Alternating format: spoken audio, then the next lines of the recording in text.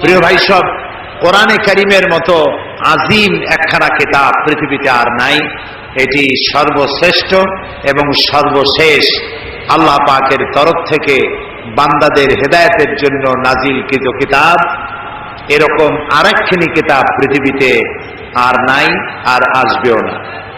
এই কিতাবখানি আল্লাহ তাআলা নাজিল করেছেন আর বলে দিয়েছেন, ইন্না নাহনু নাযালনা যিকরা ওয়া ইন্না লাহু লাহাফিজুন। কোরআন নাজিল করেছি আমি, আর এর সংরক্ষণ করব আমি। সুবহানাল্লাহ। কোরআন সংরক্ষণ কে করবেন? যিনি নাজিল করেছেন তিনি সংরক্ষণ করবেন বলে ওয়াদা করেছেন। আমরা বলি সুবহানাল্লাহ। এ কোরআনের কেউ কোনো পরিবর্ধন কেউ করতে পারবে না, এটাকে নষ্ট করতে পারবে না। এই কোরআন একটি মৃত্যুপ্রায় জাতিকে জিন্দা করে দিয়েছিল। যে জাতি চুরি করত, ডাকাতি করত, জেনা করত, হত্যা করত, ধর্ষণ করত, এমন কোনো পাপ নাই যে জাতির লোকেরা করত না। সেই জাতির কাছে কোরআন এসে গোটা জাতির আমূল পরিবর্তন করে দিল। মরা জাতি কি হয়ে গেল? জিন্দা হয়ে গেল। বলেন কি হয়ে গেল? জিন্দা হয়ে গেল মরা জাতি। এই মরা জাতির মধ্যে একজন ছিলেন হযরত ওমর রাদিয়াল্লাহু তাআলা আনহু। তিনিও জেহালাতের কারণে মৃত্যুপ্রায় ছিলেন। এই কোরআনের সংস্পর্শে যখন তিনি এলেন, তিনি ছিলেন জিরো। কোরআন তাকে বানালো কি? হিরো বানিয়ে দিল। এটাই কোরআন শরীফের মুজিজা। কোরআনের কাছে যদি হিরোরা এসে বেয়াদবি করে, কোরআন তারে কি বানায়? জিরো বানায়। আর জিরোরা এসে কোরআনের মর্যাদা দিলে তাহলে জিরো কি হয়ে যায়? হিরো হয়ে যায়। এ হচ্ছে সেই কোরআন। এই কোরআনের কারণেই নবী করিম সাল্লাল্লাহু আলাইহি ওয়াসাল্লাম বিশাল বিপ্লব সাধন করেছিলেন। আর এই কোরআন আমাদের কাছে আজও আছে, কিন্তু আমাদের কপাল ভালো হলো না। আল্লাহ রাব্বুল আলামিন বলছেন, তাহা মা আনজালনা আলাইকাল কুরআনা লিতাশকা। হে নবী, কোরআন আমি এই জন্য নাজিল করি নাই যে কোরআন আপনার ভাগ্যকে নষ্ট করে দেবে, আপনার ভাগ্য বিপর্যস্ত হবে, এই জন্য কোরআন আসে নাই। কোরআন এসেছে ভাগ্য খুলে দেওয়ার জন্য, সৌভাগ্যমণ্ডিত করার জন্য। যাদের কাছে কোরআন থাকবে তারা পৃথিবীকে শাসন করবে, গোটা পৃথিবী কোরআন দিয়ে উপকৃত হবে। সুবহানাল্লাহ। এই সৃষ্টি কার? সবাই বলেন সৃষ্টি কার? আকাশ কার? জমিন কার? বাতাস কার? এই গোটা সৃষ্টি জগৎ কার? কুল কায়নাতের মালিক যিনি, তিনি কোরআন নাজিল করেছেন এই মানব গোষ্ঠীর উন্নতির জন্য, অগ্রগতির জন্য, এই পৃথিবীতে সুখ শান্তি নিয়ে বেঁচে থাকবে সেই জন্য কোরআন নাজিল হতে থাকলো। আর নবী করিম সাল্লাল্লাহু আলাইহি ওয়াসাল্লাম মুখস্থ করতে লাগলেন। সুবহানাল্লাহ। তখন কোনো প্রেস ছিল না, তখন রেডিও ছিল না, টেলিভিশন ছিল না, এগুলি ছড়িয়ে দেওয়ার মতো পথ ছিল না। সেই জন্য নবী করিম সাল্লাল্লাহু আলাইহি ওয়াসাল্লাম মুখস্থ করতেন এবং সাহাবায়ে কেরামদেরকে লিখতে বলতেন। তারা লিখতেন কাগজে। তৎকালীন যুগে যে ধরনের কাগজ ছিল, শুকনা চামড়া, পাথর, হাড্ডি, গাছ ইত্যাদির উপরে তারা লিখে লিখে সংরক্ষণ করতেন। নবী করিম সাল্লাল্লাহু আলাইহি ওয়াসাল্লাম খুব তাড়াহুড়ো করে তেলাওয়াত করতেন, যাতে করে কোন ক্রমেই একটি আয়াতও ভুল না হয়ে যায়। আল্লাহ রাব্বুল আলামিন তার নবীকে লক্ষ্য করলেন, কোরআনে কারীমকে মুখস্থ করার জন্য তার কষ্ট তিনি লক্ষ্য করলেন। রাসূলুল্লাহ জিহ্বা নাড়াচাড়া করতেছেন, সঞ্চালন করছেন দ্রুততার সাথে। আল্লাহ রাব্বুল আলামিন বললেন, লা তুহাররিক বিহি লিসানাকা লিতাজালা বিহি। ও নবী, কোরআনে কারীমকে মুখস্থ করার জন্য এত তাড়াহুড়ো করার কোনো প্রয়োজন নাই, আপনার জিহ্বাকে এত নাড়াচাড়া করার কোনো প্রয়োজন নাই। আপনি আপনার জিবরাইলের সাথে একবার মাত্র উচ্চারণ করে যাবেন, গোটা কোরআন শরীফ আপনাকে মুখস্থ করিয়ে দেওয়ার মালিক আমি আল্লাহ। আমি আপনাকে মুখস্থ করাই দেব। আপনি তো পড়তে পারেন না, আমি আপনাকে পড়ার তৌফিক দেব। আপনি মুখস্থ করতে পারবেন, পড়তে পারবেন, পড়ে পড়ে মানুষকে বুঝাইতে পারবেন, সে তৌফিকও আমি আপনাকে দান করব। সুবহানাল্লাহ। প্রিয় ভাই সব, নবী করিম সাল্লাল্লাহু আলাইহি ওয়াসাল্লাম যখন কোরআনে কারীমকে এভাবে তেলাওয়াত করতেন, কাফেরেরা মনে করত যে মুহাম্মদ সাল্লাল্লাহু আলাইহি ওয়াসাল্লাম না জানি তিনি পাগল হয়ে গেছেন। তাকে পাগল বলতো লোকেরা। বলেন নাউযুবিল্লাহ। রাসূলুল্লাহকে পাগল বলা হলে আল্লাহর অস্তিত্বের উপরে আঘাত লাগে। আল্লাহ রাসূল জবাব দেন নাই। তাকে যখন পাগল বলা হলো, আল্লাহ রাব্বুল আলামিন নিজেই জবাব দিয়ে দিলেন। তিনি বললেন, ওয়া মা সাহিবুকুম বিমাজনুন, তোমাদের সাথী তিনি পাগল নন। তোমাদের সাথী অন্তত 40 বছর পর্যন্ত তোমাদের সাথে তিনি ছিলেন। পাগলামির কি দেখেছো তার মধ্যে তোমরা? পাগলকে তা খুব তাড়াতাড়ি করে প্রমাণিত হবে। তোমাদের সাথী তিনি পাগল নন। হযরত ওমর তখনও ছিলেন জাহিল। তিনি চাইলেন মুহাম্মদ সাল্লাল্লাহু আলাইহি সাল্লামকে তিনি লাঞ্ছিত করবেন। এই নিয়ত করে পেছনে পেছনে ছুটলেন। নবী করিম সাল্লাল্লাহু আলাইহি সাল্লাম বাইতুল্লাহ শরীফে মসজিদে হারামে ঢুকে তেলাওয়াত করতেছিলেন, নামাজের মধ্যে তেলাওয়াত করছেন। হযরত ওমর পিছনে দাঁড়িয়ে মনে করলেন নামাজটা শেষ হয়ে যাক, তারপরে যা হয় করব। নামাজ শেষ হোক। আর পেছনে দাঁড়িয়ে তিনি তেলাওয়াত শুনতেছেন। এখন চিন্তা করুন, একে তো আল্লাহর কালাম, আর তা তেলাওয়াত করছেন যার উপর এটা নাজিল হয়েছে। এখন শুনতে কত মজা হচ্ছে। হযরত ওমর বলেন, আমি মনে মনে ভাবলাম মুহাম্মদ সাল্লাল্লাহু আলাইহি ওয়াসাল্লামকে জেনে ধরেছে। মনে হয় কোন জেন তাকে এসে এই কথাগুলি শিখিয়ে দিতেছেন, নইলে তিনি এগুলি পান কোথায়? হযরত ওমর বলেন, আমি যখন চিন্তা করলাম নবীজিকে জেনে ধরেছে, তিনি তখন তার নামাজের ভেতরে আমার এ কথার জবাব দিয়া দিলেন। তিনি পড়লেন, ইন্নাহু লাকাউলু রাসূলিন কারীম। এটি কোন জেনের কথা নয়, এ হচ্ছে মহান বার্তাবাহকের বর্ণনা। একজন মহান বার্তাবাহক রাসূল, অর্থাৎ জিবরাইলের প্রতি তিনি ইঙ্গিত করেছেন, তার নাজিলকৃত তিনি বার্তাবাহক হয়ে বর্ণনা করেছেন, এটি সেই কথা। হযরত ওমর বলেন, আমি মনে মনে ভাবলাম জেনে যদি এই কথা না বলে দেখে, তাহলে রাসূলুল্লাহ বোধহয় কবি হয়ে গেছেন, নইলে এমন সুন্দর সুন্দর করে মিলাইয়া বলেন কি করে? কোরআন শরীফ যদি আপনি ধীরে ধীরে পড়েন, মনে হবে যেন প্রবন্ধ পড়ছেন। আর যদি প্রতি আয়াতে থেমে থেমে পড়েন, মনে হবে আপনি কবিতা পড়তেছেন। সুবহানাল্লাহ। যেমন দেখুন, আর রহমান আল্লামাল কুরআন খালাকাল ইনসান আল্লামাহুল বায়ান। যেখানে পড়বেন সেখানেই মিল। হযরত ওমর বলেন, আমার মনে হলো মুহাম্মদ সাল্লাল্লাহু আলাইহি ওয়াসাল্লাম ফাঁকে ফাঁকে কোন ফাঁকে যেন কবি হয়ে গেছে। হযরত ওমর বলেন, আমি যখন মনে মনে ভাবলাম রাসূলুল্লাহ কবি হয়ে গেছেন, অমনি আল্লাহ নবী নামাজের ভিতরে তেলাওয়াত করলেন, ওয়া মা হুয়া বিকাউলি শাইরিন কালিলাম মা তুমিনুন। না, এটা কোনো কবির কথা নয়, তোমরা খুব কমই উপদেশ গ্রহণ করো। কাফেরেরা যখন রাসূলকে কবি বলেছে, আল্লাহ তাআলা এর প্রতিবাদ করেছেন। সুবহানাল্লাহ বলেন। আল্লাহ তাআলা প্রতিবাদ করেছেন। সূরা ইয়াসিনের মধ্যে দেখুন, আল্লাহ তাআলা প্রতিবাদ করেছেন কি ভাষায়।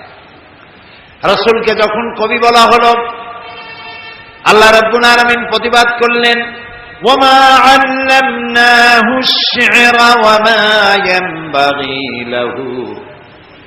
আমি আমার নবীকে কবিতা শিখাই নাই, আর কবিত্ব আমার নবীর জন্য শোভনীয় নয়। বুঝতে পেরেছেন? লক্ষ্য করুন আল্লাহ কি বলছেন, আমি আমার নবীকে কবিতা শিখাই নাই, আর কবিতা আমার নবীর জন্য শোভনীয় নয়। কথাটি অত্যন্ত তাৎপর্যপূর্ণ। শোভনীয় নয়, এটা কেন? এটা এই জন্য যে কবিরা সাধারণত আবেগপ্রবণ হন, আবেগের উচ্ছ্বাসে কি বলতে কি বলেন দিশা করতে পারেন না। কবিরা তার কবিতা দিয়ে রোমাঞ্চ সৃষ্টি করতে পারেন, উন্মাদনা সৃষ্টি করতে পারেন, কিন্তু কোনো দেশ জয় করতে পারেন না। মানুষকে কোনো আদর্শের উপরে উদ্বুদ্ধ করতে পারেন না। কবিরা কবিতার মধ্য দিয়ে রোমান্টিক কবিতা লেখা এবং মানুষকে ভালোবাসা, প্রেম ইত্যাদি শিক্ষা দেওয়া, এগুলি পারেন। কবিরা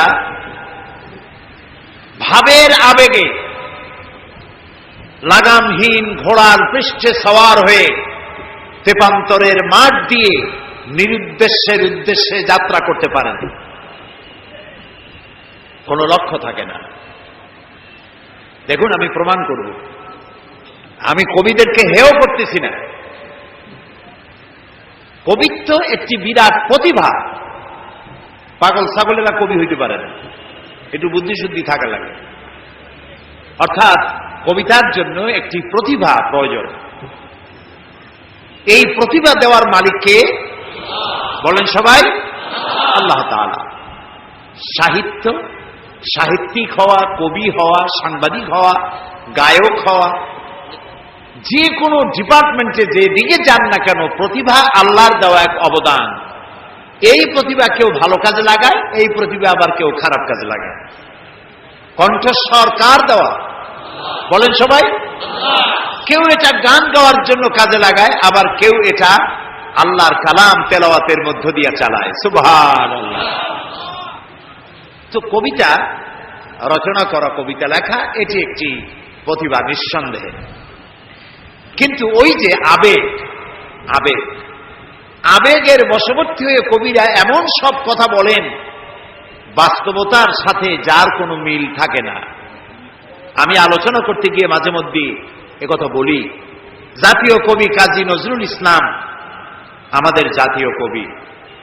যে সময় আমাদের পক্ষে, মুসলমানদের পক্ষে কলম ধরার লোক ছিল না, তখন তিনি আমাদের মুখ রক্ষা করেছেন। কথা বোঝেন না?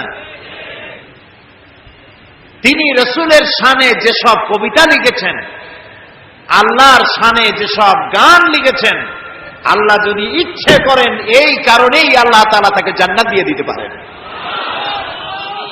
কি সুন্দর গান তিনি রচনা করেছেন, আল্লাহ তার দোয়াও কবুল করেছেন। তিনি প্রার্থনার একটি গান বানিয়েছিলেন নিজের জন্য, মসজিদেরই পাশে আমার কবর দিও ভাই, যেন সকাল সন্ধে মুয়াজ্জিনের আজান শুনতে। তার এই আকাঙ্ক্ষা, এই আকুতি, এটা কি কবুল হয়েছে? এরকম আসতে বলেন কেন? আপনারা ঢাকার মানুষ, চোখে তো দেখতেছেন, কবুল হয়েছে কিনা? কবুল হয়েছে। এবং মসজিদের পাশেই কবর হয়েছে। মসজিদের আজান শোনার জন্য তিনি কবর চেয়েছেন মসজিদের পাশে। আবার এমন কবিরও জন্ম হয়েছে বাংলাদেশের, দুর্ভাগ্যক্রমে এদেশে, যে লোক আজানের মধ্যে বেশ্যার আওয়াজ শোনে। এমন কপাল পোড়া কবির জন্ম এখানে হয়েছে, ঠিক না? এখন কাজী নজরুল ইসলাম বিশাল প্রতিভা, বিশাল প্রতিভা। আর প্রতিভা যার হয় ছোটবেলা থেকেই বোঝা যায়। তিনি একবার স্কুলে যাচ্ছিলেন, বাসে ঝুলিয়া, নাম ছিল দুখু মিয়া। স্কুলে যাচ্ছেন, বাসে চড়ে যাচ্ছেন, এক বুড়া মানুষ তার পাশে দাঁড়ানো, দাড়ি পাকা। কাজী নজরুল ইসলাম তখন বোধহয় 4-5 ছাত্র হবেন। তিনি ওই বুড়া মিয়াকে জিজ্ঞেস করছেন, চাচা আপনার বয়স কত? এখন চাচার মেজাজ খারাপ হয়ে গেছে, স্বাভাবিক। ছোট্ট ছেলে যদি আপনার বয়স জিজ্ঞেস করে, মেজাজ খারাপ হবে না? রাগ করে বলছে যে আমার বয়স কতটা তোমার দরকার? কয় না চাচা, একটু জানতে চাচ্ছি আপনার বয়স কত। তো বেচারা বলেছে আমার বয়স 60 বছর তো পার হয়ে গেছে। কেন জিজ্ঞেস করলে বাবা? কাজী নজরুল ইসলাম বললেন যে জিজ্ঞেস করলাম এই কারণে 60 বছর বয়স হয়েছে, এখন আপনি নিজ পায়ে দাঁড়াতে শেখেন নাই। লক্ষ্মী তাকায় দেখলো তার নিজের পা একখানা নজরুলের পায়ের উপরে। তখন ওই বাচ্চা বুড়া বলতেছে মর্নিং শোজ দ্য ডে, প্রভাতই বলে দেয় দিনটা কেমন যাবে। সুতরাং এই বাচ্চা তো বড় হলে কিছু একটা হবে। তিনি বিশাল মাপের কবি, কিন্তু দেখুন আবেগে তাকে কোথায় নিয়ে গেছে, বাস্তবতার যেখানে মিল নেয়। তিনি গান রচনা করেছেন তার প্রিয়তমার নামে, মোর প্রিয়া হবে এসো রানী দেব খোপায় তারার ফুল। যাকে উদ্দেশ্য করে তিনি এই গানটা লিখেছেন, সেই প্রিয়তমাকে যদি সত্যি তিনি পেতেন তাহলে আকাশের তারা খসায় এনে খোপায় পরাতে পারতেন কি? পারতেন।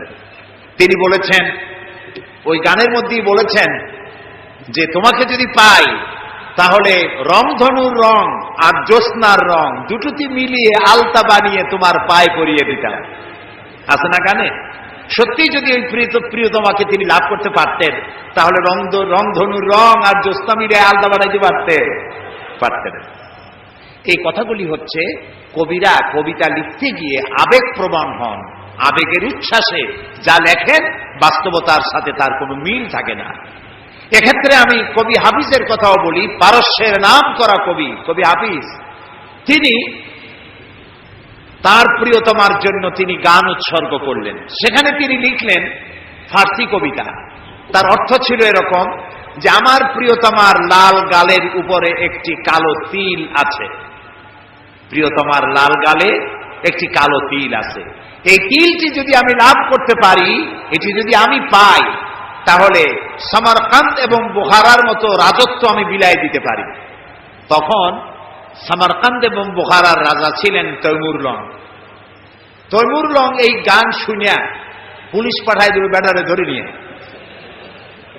হাফিজ তো প্রমাদ গুনলেন এবং বুঝতে পেরেছেন তাকে ধরতে পুলিশ পাঠানো হলো কেন। তিনি পথে পথে গানটারে উল্টায় ফেলাইলেন। বাদশার দরবারে হাজির তৈমুরলং জিজ্ঞেস করলেন, হাফিজ তুমি তোমার প্রিয়তমার প্রেমে পড়ে গলায় দড়ি দিয়া মরো, আমার রাজত্ব বিলিয়ে দিতে পারো তোমার প্রিয়তমার তিলের কারণে, এই অধিকার তোমার কে দিল? হাফিজ বলছে, জাহাপানা আপনি কি শুনেছেন? শুনেছি তোমার কবিতার শেষ লাইন আছে সামারকান্দ বা বুখারা। কয় না জাহাপানা, আপনি ভুল শুনেছেন। আমার দ্বিতীয় লাইনটা ছিল সামারকান্দ বা খুরমারা। এর অর্থ হচ্ছে আমার প্রিয়তমার লাল গালের কালো তিলটি যদি আমি লাভ করতে পারি তাহলে 1 মণ চিনি আর 3 মণ খোরমা বিলাই দিতে পারি। এখন আমি এই কথাগুলি শোনালাম এই কারণে যে কবিত্ব একটি প্রতিভা নিঃসন্দেহে, কিন্তু কবিরা আবেগপ্রবণ হন, উচ্ছ্বসিত হন, আবেগে এমন সব কথা বলেন যা বাস্তবতার সাথে মিল নাই। এই জন্য কবি আর নবী এই দুটির মধ্যে পার্থক্য হচ্ছে আকাশ আর জমিন। নবীরা আবেগপ্রবণ হতে পারেন না, আবেগের উচ্ছ্বাসে এমন কথা তারা বলতে পারেন না যার সাথে বাস্তবতার কোনো মিল নাই, এমন কথা নবীরা বলতে পারে না। সেই জন্য আল্লাহ তাআলা পরিষ্কার করে বলেছেন, ওমা আল্লামনাহু শা'রা ওমা ইয়ানবাগী লাহু, আমার নবীকে আমি কবিতা শেখাই নাই, আর কবিত্ব আমার নবীর জন্য শোভনীয় নয়। সুবহানাল্লাহ, সুবহানাল্লাহ। এবার চলুন হযরত ওমর রাদিয়াল্লাহু তাআলা আনহু কি করতেছেন পিছনে বসে। হযরত ওমর রাদিয়াল্লাহু তাআলা আনহু তিনি মনে করলেন নবীজি কবি হয়ে গেছেন। আল্লাহর নবী নামাজের ভিতরে শোনায় দিলেন, ওয়ামা হুয়া বিকাউলি শাইরিন কালিলাম মা তুমিনুন। না, এটা কবির কথা নয়। হযরত ওমর ভাবলেন, আচ্ছা কবির কথা না, এটা উনি বুঝলেন কি করে? আমি মনে মনে চিন্তা করছি এটা কবির কথা, উনি এটাকে প্রতিবাদ করলেন আমার প্রশ্ন না শুনেই। তাহলে তো মনের কথা যখন বোঝেন তখন তো শুধু কবি না, গণকও হয়ে গেছে। হযরত ওমর বলেন, আমি যখন মনে মনে ভাবলাম মুহাম্মদ সাল্লাল্লাহু আলাইহি ওয়াসাল্লাম তিনি গণক হয়ে গেছেন। অমনি নবীজি সে কথারও জবাব দিলেন, নামাজের ভেতরে তিনি পড়লেন, ওয়ালা বিকাউলি কাহিনিন কালিলাম মা তাযাক্কারুন। না, এটা কোনো গণকের কথা নয়, তোমরা খুব কমই উপদেশ গ্রহণ করে থাকো। হযরত ওমর বলছেন, এবার আমার মনে হচ্ছে যেন আমার পায়ের তলা থেকে মাটি খসে যাচ্ছে। কি আশ্চর্য কথা! মনে মনে যা চিন্তা করি তার জবাব উনি দেন। এটা জেনের কথা না, এটা কবির কথা না, এটা গণকের কথা না, তবে এটা কি? তোমার বলেন, আমি যখন মনে মনে ভাবলাম তবে এটা কি, অমনি রাসূলুল্লাহ নামাজের ভেতরে আমার সে কথারও জবাব দিলেন। তিনি পড়লেন, তানজিলাম মির রাব্বিল আলামিন। এটি আল্লাহ পাকের নাযিলকৃত কিতাব, এটি কোরআন। হযরত ওমর তিনি বলছিলেন, আমার মনে হচ্ছে না যেন ইসলাম, ঈমান তার শেকড় শুদ্ধ আমার কলিজার মধ্যে গেড়ে বসতেছে। কিন্তু তখনও তার কিসমতে ঈমান হয় নাই, ঈমান আনতে পারেন নাই। পরবর্তী সময় তো ঈমান এনেছিলেন। প্রিয় ভাই সব, আল্লাহ তাআলার কাছে আমার খুব আশা ছিল। দুনিয়ার 4টি মহাদেশের প্রায় অর্ধশত দেশ ভ্রমণ করেছি, কিন্তু মিশর আমার দেখা হয়নি। মুসা আলাইহিস সালামের দেশ, ফেরাউনের দেশ, ইউসুফ আলাইহিস সালামের দেশ, সালেহ আলাইহিস সালামের দেশ, ইব্রাহিম আলাইহিস সালামের শ্বশুর বাড়ি। তা আল্লাহ তাআলা সেই জায়গা দেখার তৌফিক দিলেন। গেলাম সেই জায়গায়, কায়রো থেকে প্রায় 600 কিলোমিটার দূরে তুরে সায়না, যেখানে আল্লাহ মুসা আলাইহিস সালামের সাথে কথা বলেছিলেন। আমার জীবন ধন্য। আল্লাহ তাআলা সেই জায়গাটাও দেখালেন যেখানে আল্লাহ মুসা আলাইহিস সালামের সঙ্গে কথা বলেছেন। তো আল্লাহ তাআলা সরাসরি কথা বলেন, কিন্তু দেখা যায় না তাকে। এই কোরআন শরীফে আল্লাহ তাআলা কি সুন্দর করে বলেছেন, সূরা তাহার মধ্যে এসেছে, মুসা আলাইহিস সালাম তিনি যাচ্ছিলেন তার স্ত্রী পরিজন নিয়ে। স্ত্রী ছিলেন গর্ভবতী, আসন্ন প্রসবা, ডেলিভারি হবে, প্রচন্ড ঠান্ডা ছিল, এখন আগুনের প্রয়োজন। তিনি দূরে দেখতে পেলেন একটা গাছের উপরে যেন আগুন দেখা যায়। তিনি ছুটলেন সেই আগুনের পানে এবং বললেন, ফাকালা লি আহলিহিম কুসু ইন্নী আনাস্তু নারান লাআল্লি আতীকুম মিনহা বিকাবাসিন আও আজিদু আলান নারি হুদা। তোমরা এখানে অপেক্ষা করো, আমি তো আগুনের মতো কি একটা দেখতেছি, আমি ওখানে যাই, হয়তো আগুন আনতে পারবো, অথবা কোন একটা রাস্তা একটা কিছু পেয়ে যাবো। ফালাম্মা আতাহা নুদিয়া ইয়া মূসা ইন্নী আনা রাব্বুক ফাখলা নালাইক ইন্নাকা বিল ওয়াদিল মুকাদ্দাসি তুয়া। ও মূসা, যেটা আগুন মনে করছো এটা আগুন না, এটা আমি তোমার রব। ফাখলা নালাইক, জুতা খোলো, ইন্নাকা বিল ওয়াদিল মুকাদ্দাসি তুয়া, এটা হলো পবিত্র উপত্যকা। আমি যখন সেই পবিত্র উপত্যকায় গেছি, এদিকে তুরে সায়না, এদিকে আরেকটা পাহাড়, মাঝখানে 2 পাহাড়ের মাঝখানের সমতল ভূমিকে উপত্যকা বলা হয়। আমার এই আয়াত মনে পড়লো, সাথে সাথে জুতা খুলে ফেলে দিলাম। মুসা আলাইহিস সালামকে আল্লাহ বলেছেন, ফাখলা নালাইক, জুতা খোলো। আমি আমার সাথীরা জুতা খুলে এগিয়ে গেলাম। আজান দিয়ে সেখানে আমরা জোহরের নামাজ আদায় করলাম, জোহর আসর জামআন ওয়া কাসরান আদায় করে নিলাম। তারপরে চলে গেলাম সেই জায়গায় যেখানে আল্লাহ তাআলা কথা বলেছিলেন, সেই জায়গাটা এখনো আছে। সুবহানাল্লাহ। আল্লাহ তাআলা বলছেন, ওয়া নাখতারতুকা ফাসতামি' লিমা ইউহা। ও মূসা, আমি তোমাকে আমার জন্য বাছাই করছি। সুবহানাল্লাহ। আমি তোমাকে আমার জন্য বাছাই করেছি, এখন তুমি শোনো আমি কি বলি। ইন্নানি আনাল্লাহ, আমি আল্লাহ। সুবহানাল্লাহ, সুবহানাল্লাহ। আমি আল্লাহ, লা ইলাহা ইল্লা আনা, আমি ছাড়া কোনো ইলাহ নাই। ফাবুদনি ওয়া আকিমিস সালাতা লিযিকরি, অতএব আমার ইবাদত করো আর আমার শরণার্থে নামাজ কায়েম করো। সুবহানাল্লাহ। ওইখানে দেখলাম 2টা ধর্মীয় প্রতিষ্ঠান, একটা হলো মসজিদ আর একটা হলো গির্জা, একদম গায়ে গায়ে লাগানো। দুনিয়ার ইহুদি, খ্রিস্টান আর মুসলমানেরা এক জায়গায় নামাজ পড়তেছে আর যার যার মতো ইবাদত করতেছে, কোনো ঝগড়া নাই। ইহুদিরাও যাচ্ছে আর খ্রিস্টানেরাও যাচ্ছে, মুসলমানেরাও যাচ্ছে। আমি সেখানে একটা বক্তব্য রাখলাম, বললাম দুনিয়ার ঐক্য কোন রাজনৈতিক ঐক্যে পৃথিবীর মানুষকে ঐক্য বানাতে পারবে না। ইসলাম দিয়ে ঐক্য করা যাবে, এটাই হলো তার প্রমাণ। সেখান থেকে 5 দিনে 2000 কিলোমিটার জায়গা আমি দৌড়াইছি। হযরত সালেহ আলাইহিস সালামের কবর জিয়ারত করেছি, ইলিয়াস আলাইহিস সালাম, হযরত হারুন আলাইহিস সালাম, তারপরে হযরত লোকমান, কোরআন শরীফে যে সূরা লোকমান আছে, হযরত লোকমান, তার কবর জিয়ারত করার তৌফিক আল্লাহ তাআলা দান করেছেন। বিশাল দেশ, দেখার মতো বহুত কিছু আছে, কিন্তু দেখা হয় নাই। তখনও মুসা আলাইহিস সালামের সাথে বেয়াদবি করলো সেই মিস্টার ফেরাউন কই।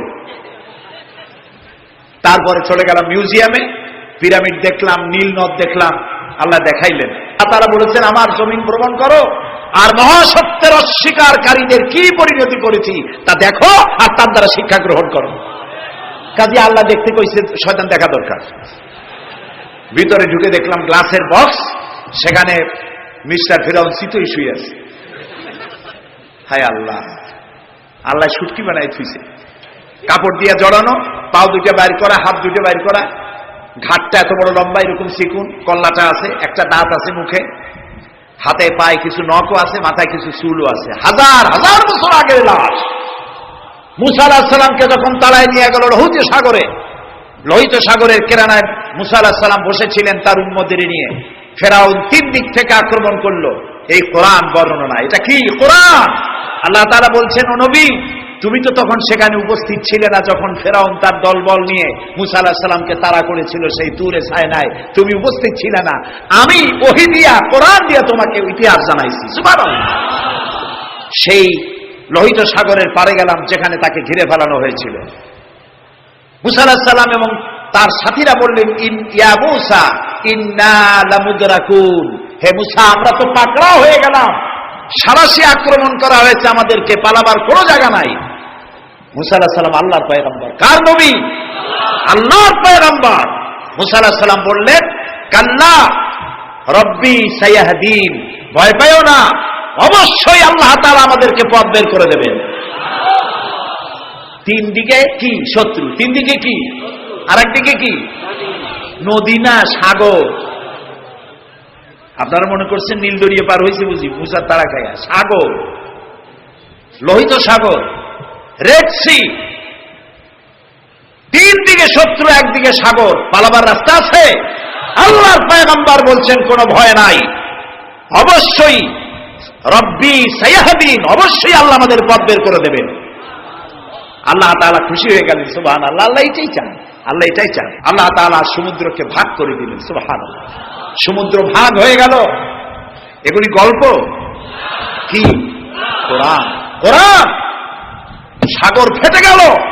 মুসা আলাইহিস সালাম আর তার দলবল নিয়ে সাগরের মাঝখানে চলে গেছেন। ফেরাউন তার দলবল নিয়ে এসে দেখে, বাহ, এ তো ভালোই, রয়্যাল বোট। ও মনে করছে ওর বাজানের তৈরি করার রাস্তা। ওর সমস্ত সেনাবাহিনী নিয়ে নেমে পড়েছে।